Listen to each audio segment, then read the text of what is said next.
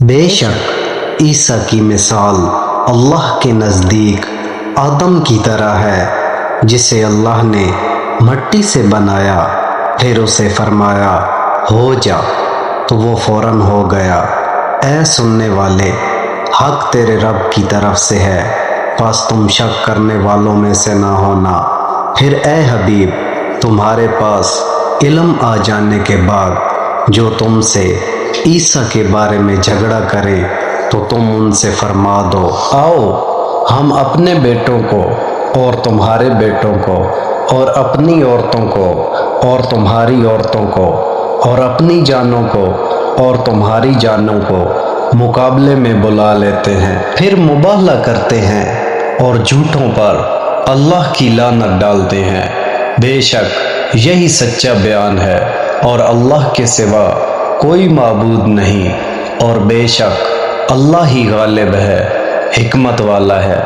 پھر اگر وہ منہ پھیریں تو اللہ فساد کرنے والوں کو جانتا ہے۔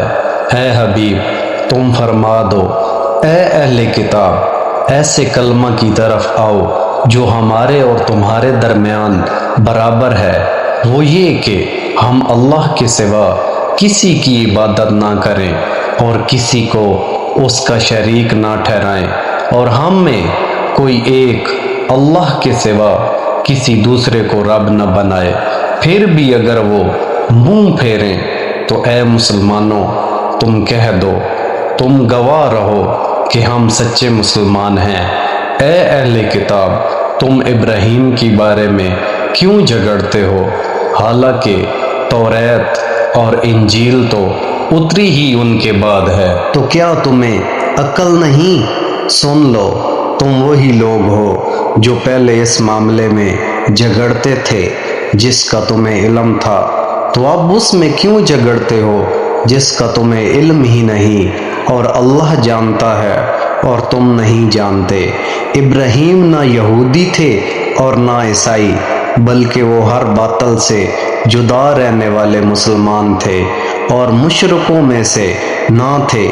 بے شک سب لوگوں سے زیادہ ابراہیم کے حقدار وہ ہیں جو ان کی اتباع کرنے والے ہیں، اور یہ نبی اور ایمان والے اور اللہ ایمان والوں کا مددگار ہے۔ کتابیوں کا ایک گروہ دل سے چاہتا ہے کہ کسی طرح تمہیں گمراہ کر دیں، اور وہ صرف خود کو گمراہ کر رہے ہیں اور انہیں شعور نہیں۔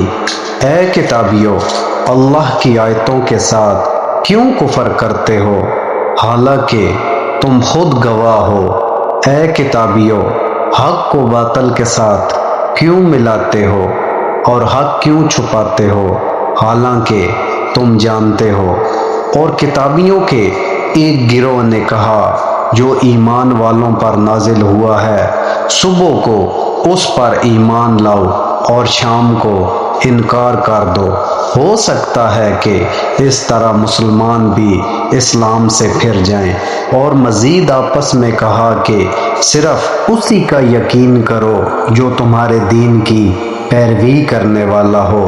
اے حبیب، تم فرما دو کہ ہدایت تو صرف اللہ ہی کی ہدایت ہے، اور یہ سازشی آپس میں کہتے ہیں کہ اس کا بھی یقین نہ کرو کہ کسی اور کو بھی ویسا مل سکتا ہے جو تمہیں دیا گیا، یا کوئی تمہارے رب کے پاس تمہارے اوپر غالب آ سکتا ہے۔ اے حبیب، تم فرما دو کہ فضل تو یقیناً اللہ ہی کے ہاتھ میں ہے، وہ جسے چاہتا ہے عطا فرما دیتا ہے، اور اللہ وسعت والا، علم والا ہے، وہ اپنی رحمت کے ساتھ جسے چاہتا ہے خاص فرما لیتا ہے، اور اللہ بڑے فضل والا ہے۔ اور اہل کتاب میں کوئی تو وہ ہے کہ اگر تم اس کے پاس ایک ڈھیر بھی امانت رکھ دو تو وہ تمہیں پورا ادا کر دے گا، اور انہی میں سے کوئی وہ ہے کہ اگر تم اس کے پاس ایک دینار بھی امانت رکھ دو تو جب تک تم اس کے سر پر کھڑے نہیں رہو گے وہ تمہیں ادا نہیں کرے گا۔ ان کی یہ بددیانتی اس وجہ سے ہے کہ وہ کہتے ہیں کہ ان پڑھوں کے معاملے میں ہم سے کوئی پوچھ گچھ نہیں ہوگی، جان بوجھ کر جھوٹ باندھتے ہیں۔ کیوں نہیں؟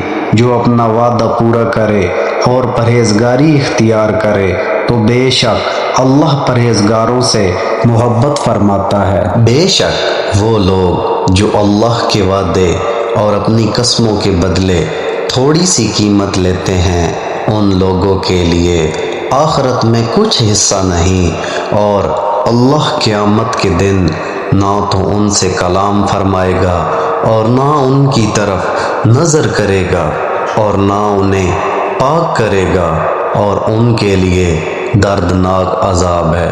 اور یقیناً ان اہل کتاب میں سے کچھ وہ ہیں جو زبان کو مروڑ کر کتاب پڑھتے ہیں تاکہ تم سمجھو کہ یہ بھی کتاب کا حصہ ہے، حالانکہ وہ کتاب کا حصہ نہیں ہے، اور یہ لوگ کہتے ہیں یہ اللہ کی طرف سے ہے، حالانکہ وہ ہرگز اللہ کی طرف سے نہیں ہے، اور یہ لوگ جان بوجھ کر اللہ پر جھوٹ باندھتے ہیں۔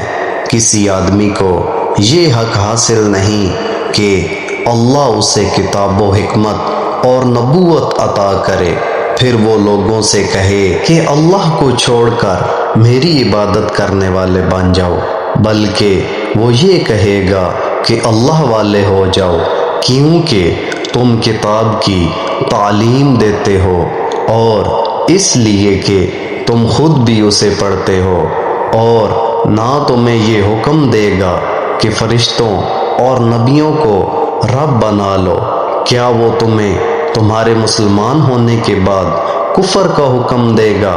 اور یاد کرو جب اللہ نے نبیوں سے وعدہ لیا کہ میں تمہیں کتاب اور حکمت عطا کروں گا، پھر تمہارے پاس وہ عظمت والا رسول تشریف لائے گا جو تمہاری کتابوں کی تصدیق فرمانے والا ہوگا، تو تم ضرور اس پر ایمان لانا اور ضرور اس کی مدد کرنا۔ اللہ نے فرمایا، اے انبیاء، کیا تم نے اس حکم کا اقرار کر لیا اور اس اقرار پر میرا بھاری ذمہ لے لیا؟ سب نے عرض کی، ہم نے اقرار کر لیا۔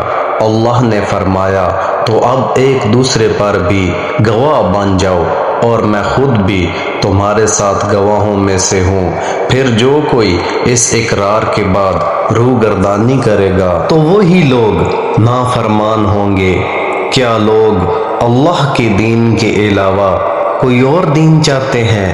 حالانکہ آسمانوں اور زمینوں میں جو کوئی بھی ہے وہ سب خوشی سے یا مجبوری سے اس کی بارگاہ میں گردن جھکائے ہوئے ہیں، اور سب کو اسی کی طرف لوٹایا جائے گا۔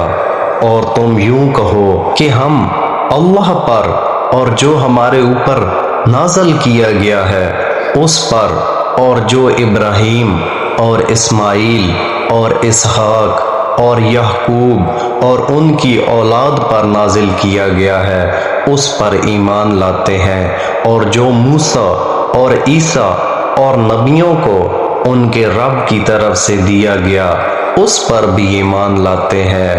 نیز ہم ایمان لانے میں ان میں سے کسی کے درمیان فرق نہیں کرتے، اور ہم اسی کی بارگاہ میں گردن جھکائے ہوئے ہیں۔